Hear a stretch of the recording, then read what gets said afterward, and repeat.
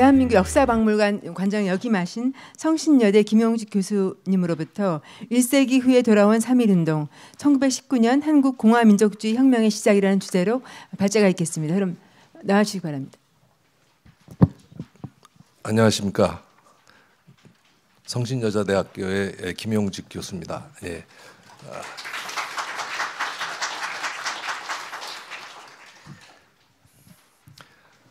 사실 제가 금년에 이제 오랫동안 제가 과거에 연구했었던 3.1운동에 대한 책을 준비하고 있습니다. 예. 왜냐하면 제가 유학 시절 때 한국 민주화에 대해서 이제 공부를 하고 거기에 대해서 이제 박사 논문을 쓰겠다고 그랬는데 한국 민주화의 첫 출발점을 제가 연구해 보니까 3.1운동이더라고요. 예, 그래서 3.1운동으로 먼저 이제 제 1챕터를 써야 되겠다 해서 3.1운동을 써서 제 지도 교수님께 이제 제출했더니 제 지도 교수님이 다음 챕터를 쓰지 말고 이 1챕터만 가지고 박사 논문을 써도 되겠다. 이제 그렇게 얘기하셔서 제가 3.1운동을 가지고 박사 논문을 쓰고 귀국을 했습니다. 예. 근데 저는 이제 정치외교학과에 있고 또 정치학자이기 때문에 굉장히 사회과학적인 방법론을 가지고 3.1운동을 연구했고 반면에 이제 제가 귀국을 해보니까 국사학계에서는 이 3.1운동이나 이런 쪽을 저하고는 전혀 다른 그런 시각과 다른 그런 분위기에서 연구를 하고 계시더라고요. 예. 어쨌든 그래서 제가 이제 귀국을 해서 정치외교사 쪽을 연구하면서 이제 임시정부, 대한민국 임시정부나 또 그 이후 시기, 일제 시대, 또 해방 이후를 이제 계속 연구하다 보니까 세월이 많이 흘렀습니다. 예. 그래서 금년이 이제 3.1운동 100주년이기 때문에 제가 굉장히 반성을 했습니다. 제 아내가 요즘 왜 이렇게 바쁘냐고 저한테 물어보더라고요. 그래서 제가 사실 고백할 게 하나 있다. 내가 3.1운동을 공부했는데 금년이 3.1운동 100주년이 됐다. 근데 내가 3.1운동에 대해서 좀 책을 좀 써야 되겠다 그랬더니 저희 아내가 그러더라고요. 뭐 하고 있냐고 빨리 쓰라고. 그래서 제가 이제 3.1운동에 대한 지금 여러 가지 논문을 다시 제가 쓴 것들을 정리하고 또 새로운 자료들을 가지고 작업을 하고 있습니다. 그러다가 저희 사랑하는 그 친구인 조성환 교수께서 발표를 해달라고 그래서 제가 이제 발표를 준비를 했는데 한 7페이지만 발표하라고 그러더라고요. 7페이지요. 그래서 제가 준비를 8페이지 정도 준비를 했습니다. 근데 제가 한 여름 정도에 가서는 아마 책을 한 권 출판하지 않을까 생각을 합니다. 그래서 사실 이 여러 가지 시간과 또 이 귀중한 여러 가지 그 중요한 안건이 있는 이 회의에서 제가 상당히 절제를 해가지고 사실 준비를 했습니다. 그래서 제가 결론적으로 먼저 결론을 말씀드리면 지금 3.1운동 100년이 된 오늘날에 가장 중요한 게 뭘까를 생각을 해봤습니다. 가장 중요한 게 뭘까를 생각해봤는데 역시 가장 중요한 것은 3.1운동이 과연 무엇이었나 하는 것을 우리가 깊이 있게 생각하고 깨닫는 것이 가장 중요하다고 생각을 했습니다. 그래서 제가 그동안에 3.1운동에 대해서 나온 연구들을 다시 이제 검토를 하고 또 최근에 3.1운동에 대해서 나온 책들을 다시 검토를 하고 그런 과정에서 요즘 3.1운동의 화두가 뭐냐 그걸 생각을 해봤습니다. 근데 요즘 3.1운동의 화두는 한 몇 가지가 있습니다. 몇 가지가 있는데 그 중에 하나가 3.1운동은 혁명이었다라고 하는 것을 많은 사람들이 지금 문제를 제기하고 있습니다. 그래서 저도 그런 생각을 많이 했었거든요. 3.1운동이 혁명이 아니냐. 근데 3.1운동은 또 운동이 아니냐. 이제 운동이냐 혁명이냐. 그래서 오늘 제가 그것을 제 나름대로는 3.1운동은 공화민족주의 혁명운동이었다. 공화민족주의 혁명운동이었다. 이렇게 답을 여러분에게 드리고 싶습니다. 제가 다음 달에 한국국제정치학회에서 또 3월 15일 날 발표를 합니다. 혹시 시간이 나시는 분은 거기에 오시면 더 뭡니까? 많은 푸트노트를 단 그 논문을 발표할 것입니다. 그리고 제가 4월 달에 또 이제 청년들을 대상으로 또 강연을 국회의원회관에서 지금 하기로 돼 있습니다. 예, 그래서 계속해서 제가 이것을 더 보완을 하겠습니다. 예. 여기서 이제 제가 봤을 때 3.1 운동은 아까 앞에서 조성환 교수님이나 박성현 우리 의원께서 얘기하신 대로 아주 특이한 사건이다. 이것은 다른 나라에 별로 없다. 이렇게 말씀을 하셨는데 아주 정확한 말씀이라고 생각합니다. 그래서 3.1 운동은 저는 이제 지금 다른 나라 사례하고 많이 비교를 해서 연구를 합니다. 예. 그래서 제가 이제 가장 중요하게 생각하는 게 영국의 명예혁명, 프랑스 대혁명, 미국의 독립혁명, 그다음에 아시아로 오면은 중국의 신해혁명, 그다음에 일본의 메이지 유신, 그리고 한국의 3.1 운동. 이 정도는 비교를 해야 3.1 운동의 의미가 드러나지 않을까 이제 그렇게 생각하는 거죠. 그러다 보니까 굉장히 시간이 많이 걸립니다. 예, 시간이 많이 걸립니다. 왜 그렇게 연구를 해야 되느냐? 결론적으로 말씀드리면은 공화주의 혁명이라고 하는 것이 세계사적으로 전개가 되고 있었다는 거죠. 예, 그 공화주의 혁명이라고 하는 것이 서양에서는 원래 공화주의 나라는 이태리였지만 그 이태리 혁명이 영국으로 넘어가서 17세기 영국 혁명을 일으켰고 그것이 18세기 말에는 프랑스와 미국에서 먼저 이제 공화주의 혁명이 났고 그것이 다시 프랑스에 또 영향을 줘서 프랑스 혁명이 났고 그죠? 그리고 19세기 정치 외교사에서 보면은 19세기 유럽에는 공화주의 혁명이 유럽을 그냥 휩쓸고 지나가죠. 예. 그래서 1830년, 1848년, 그다음에 1870년대 그래서 이제 그 민족주의 혁명과 공화주의 혁명과 자유주의 혁명이 서로 융합을 하면서 이제 전개되는 그것이 유럽의 지도를 바꿔버립니다. 예. 그런 이제 혁명의 대륙, 그 유럽 사람들이 봤을 때 그 사람들이 1919년 3월, 4월에 코리아에서 일어난 3.1 운동을 보고서 이것은 운동이 아니다. 이것은 혁명과 굉장히 더 가깝다. 유사하다라고 하는 얘기들을 한 것입니다. 예. 놀라운 건 이제 제가 이승만 연구를 하면서 이승만의 그 32페이지 있습니다만 이승만의 최초의 공식적인 문건이라고 할 수 있는 임시 대통령 선언서라고 제가 써놨는데요. 마지막 패러그래프 있습니다. 1919년 6월에 대한민국 정확하게는 집정관 총재 선언서입니다. 집정관 총재 선언서. 그 당시에 이승만은 집정관 총재로서 다시 말하면 한성 정부의 수반인 집정관 총재로서의 선언서를 썼는데 거기에 보면은 수세적 대혁명이라고 썼습니다. 수세적 대혁명. 수세적 대혁명. 그걸 영어로 번역하면은 The Great Passive Revolution이란 말이죠. 그죠? 여기서 이승만은 본인만 그 표현을 쓴 것이 아닙니다. 그 주변에 그런 표현을 썼던 미국인들과 아마 많은 얘기를 나눴을 겁니다. 예.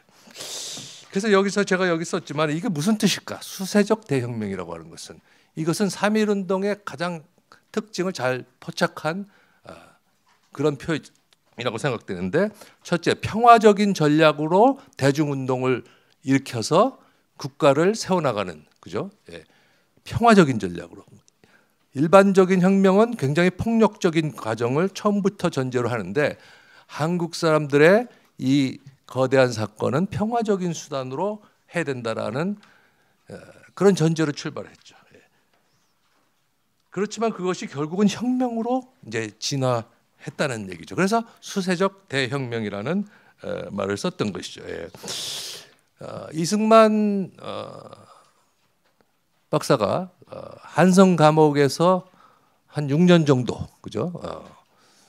만민공동회 사건 이후에 영모의 주동으로 이제 간주됐죠. 그때 영모는 물론 수구파들이 강력하게 뭡니까 그 혐의를 씌웠습니다만은 일본의 망명에 있는 박영효를 귀환시켜 가지고 귀환시키려는 그 운동의 핵심 멤버였던 사람들은 다 반역자다. 왜? 그 사람들은 공화주의 혁명을 지금 준비하고 있다. 그래서 이승만은 그 제목으로 대한제국 한성 감옥에 투옥이 돼가지고 중간에 한번 탈옥을 했다가 다시 들어가서 이제 사형 직전까지 가죠. 예. 그때 이승만의 제목이 공화주의 혁명가입니다. 예. 그러니까 이승만이 공화주의를 얼마나 감옥에서 많이 생각을 했겠습니까? 6년 동안. 예.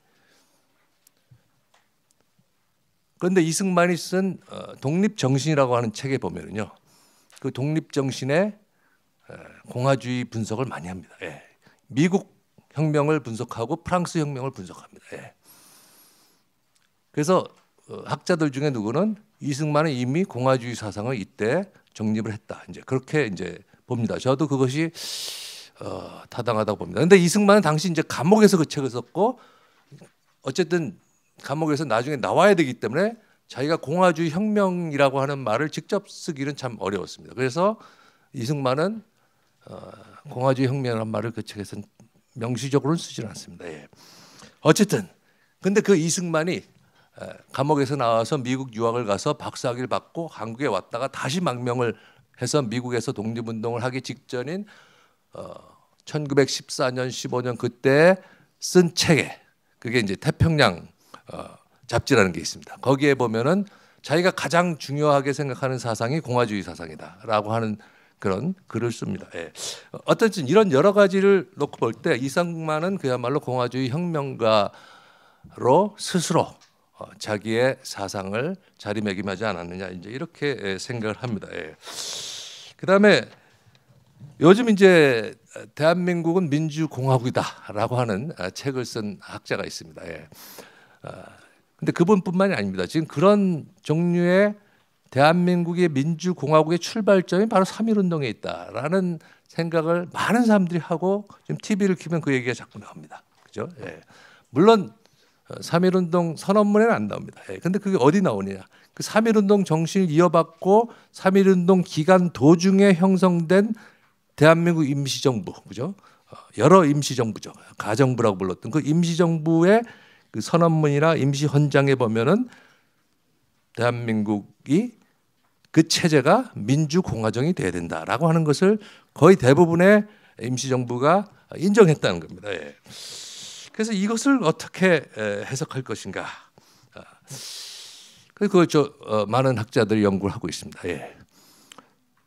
놀라운 것은 그 당시에 이미 왕정은 끝났고 공화정으로 가야 된다라고 하는 한국 민족주의의 큰 모델의 전환점이 이미 이루어졌다는 거죠. 예. 그 전환이 뭐 학자들마다 좀 차이는 있지만 대개 1917년부터 19년 사이에 이 시각이 바뀌었다.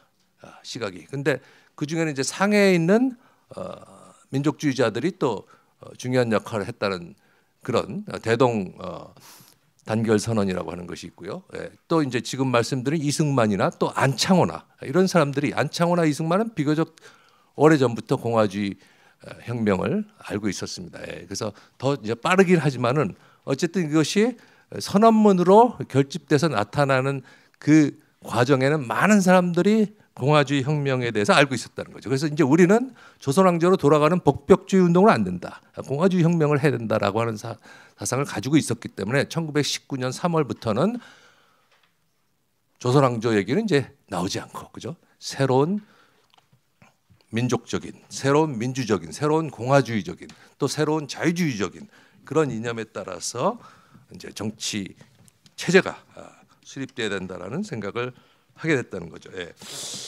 어쨌든 여기에 대해서 이제 제가 지금까지 나온 자료들을 보면서 놀라운 것은 이 3.1 운동이 혁명이라고 하는 그 생각을 임시정부에 있는 사람들은 대부분 동의하고 가지고 있었습니다. 예. 그래서 임시정부 인사들끼리 서로 대화할 때 보면은 우리의 혁명은 항상 그런 용어를 썼어요. 예. 물론 그 혁명은 완성됐다는 뜻이 아닙니다. 지금 계속 진행 중인 우리의 혁명을, 그죠? 혁명을 어떻게 할 것이냐. 예. 그래서 이승만 박사도 항상 혁명이란 말을 썼죠. 예. 근데 이제 33인, 그죠? 예. 기미독립선언문을 기초하고 그 대표자로서 서명한 33인은 혁명이란 말을 안 썼습니다. 사실은, 그죠? 예. 왜? 그때 그 선언문을 기초한 사람은 육당 최남선 선생이었는데 그 최남선 선생보다 더 중요한 사람은 사실은 이제 최린 선생이었고, 최린 선생한테 선언문을 맡겼습니다. 예, 전담해라. 최린 선생이 당시 선언문을 전담을 했는데, 최린 선생의 신념은 이것은 아주 문장이 뛰어난 최남선 선생이 써야 된다. 그래서 최남선 선생한테 또 그걸 위임을 한 거죠. 근데 최남선 선생은 또 자기는 여러 가지 이유로 역사를 연구하기 때문에 자기는 33인에 들어갈 수가 없다. 자기는 빼라. 그렇지만 자기는 써주겠다. 뭐 이런 복잡한 사정이 있기 때문에 선언문이 뭡니까? 그 시각이 몇 번 이렇게 굴절이 되죠. 그래서 사실은 기미 독립 선언문을 제대로 이해하시려면은 두 짝을 가지고 봐야 됩니다. 하나는 28 독립 선언문이고요. 또 하나는 3.1 기미 독립 선언문. 두 개를 같이 놓고 봐야 됩니다. 왜? 두 개가 다른 문서가 아닙니다. 두 개가 아주 밀접한 문서고, 홍일식 선생의 그 분석에 따르면은, 고대 총장을 지내신 홍일식 선생의 분석에 따르면은 기미 독립 선언문의 그 구조는 28 독립 선언문의 구조랑 같기 때문에 그 28 독립 선언에서 받은 그 감명을 가지고 그걸 변경하지 않고 6당 최남선이 그것을 기미 독립론을 썼다, 이렇게 얘기를 합니다. 단지 이제 그 수사학적으로 훨씬 6단 최남선 선생은 이제 강력한 그 수사학적인 그 점층법, 대조법 이런 것을 통해서 감동을 주는, 또 문장을력을 통해서 했지만은 사상적으로는 28 독립 선언문을 충실하게 따랐다, 이제 이런 분석을 하고 있습니다. 예. 어쨌든 이렇게 봤을 때 28 독립 선언문을 3.1 독립 선언문하고 같이 놓고서 보면은 28 독립 선언문에는 이미 혈전, 그죠? 이것이 성취되지 않으면 우리는 혈전을 치르겠다라고 하는 혁명을 얘기하고 있습니다. 예, 그죠? 근데 그것을 최남선은 약화시킨 거죠. 왜? 최남선은 자기 자신이 대표도 아닐 거니와 자기 주변에 있는 33인들이 다 감옥에 가가지고 엄청 고생을 할 텐데, 자기가 그것을 최대한도로 순화시켜서, 그죠?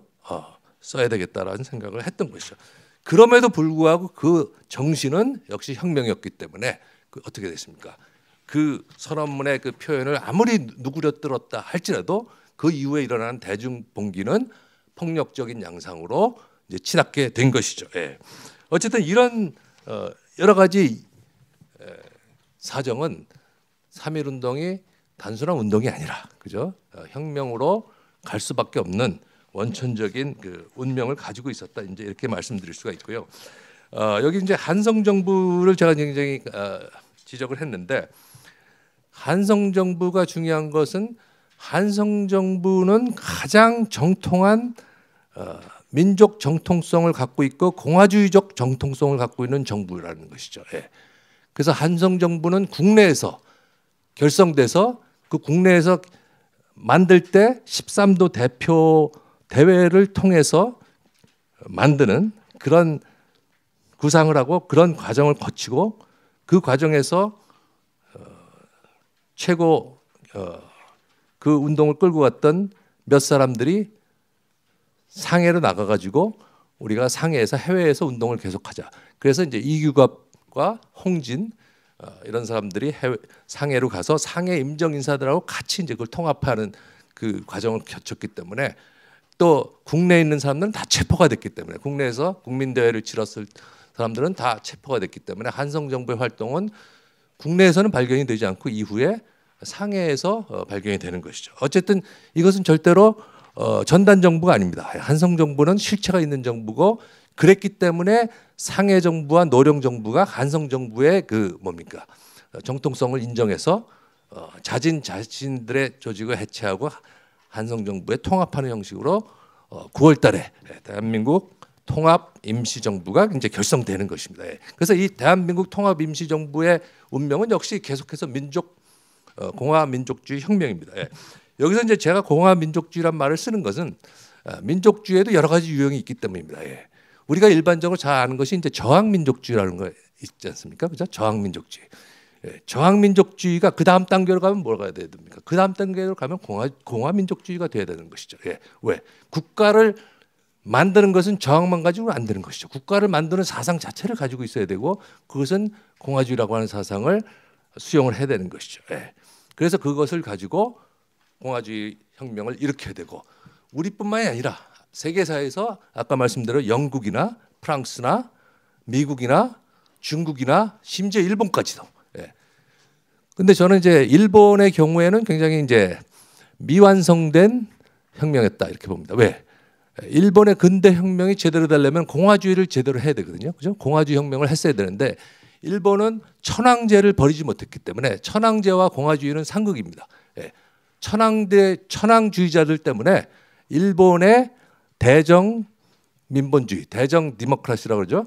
그 정치 개혁은 실패하는 겁니다. 왜? 천황주의자들이 그걸 계속, 다시 말하면 일본의 공화주의는 너무도 미완성이기 때문에 서양의, 그죠? 이태리에서 나온 그 공화주의 사상을 더 이상 수용할 수가 없는 것이죠. 물론 중국에서도 이제 신의 혁명이 1년 만에 이제 또 무산이 되긴 했습니다만은 어쨌든 이런 세계사적인 흐름을 봤을 때 3.1운동에서의 이제 공화주의, 그죠? 3.1운동에서의 공화주의를 어떻게 그 이후에 실현하느냐, 이것이 이제 독립운동가 사이에서 계속 견해 차이가 나서 대한민국 임시정부의 여러 파벌이 어떤 면에서 갈등하고 분열했던 것이라고도 볼 수가 있습니다. 어쨌든 그것이 제 글의 이제 마지막 부분에 보면은 36페이지에 태평양 전쟁과 3.1운동의 부활 이렇게 이제 제가 썼는데 태평양 전쟁기에 우리의 독립운동이 다시 이제 살아나는 것이죠, 그죠? 그래서 진주만 공습 사건이 있은 직후에, 그죠? 미국과 중국에 있는 이승만과 조소왕과 김구가 서로 협력을 해가지고 이제 3.1운동을 다시 기념을 합니다. 1942년 3월 1일 날 미국에서 여기 리버티, 코리아 리버티 컨퍼런스라고 하는 3.1운동 기념식을 통해서 이승만과 또 미주 독립운동가들이 미주에 있는, 그죠? 한인을 지원하는 현지인들을 또 포함해가지고 큰 대회를 하고 이 대회에 전 미국의 외교관이라든지 전 언론이라든지 전 대학 교수라든지 이런 사람들이 와가지고 한국 독립에 대해서 아낌없는 그 후원을 하는 모습을 볼 수가 있고요. 또 이것은 다시 중국에 영향을 미쳐가지고 중국에서도 똑같이 한인 자유 대회를 김구와 조서왕이 개최를 합니다. 이런 것을 통해서 3.1운동은 역시 다시 이제 그 불이 타오르고 우리 민족의 갈 길을 제시했다.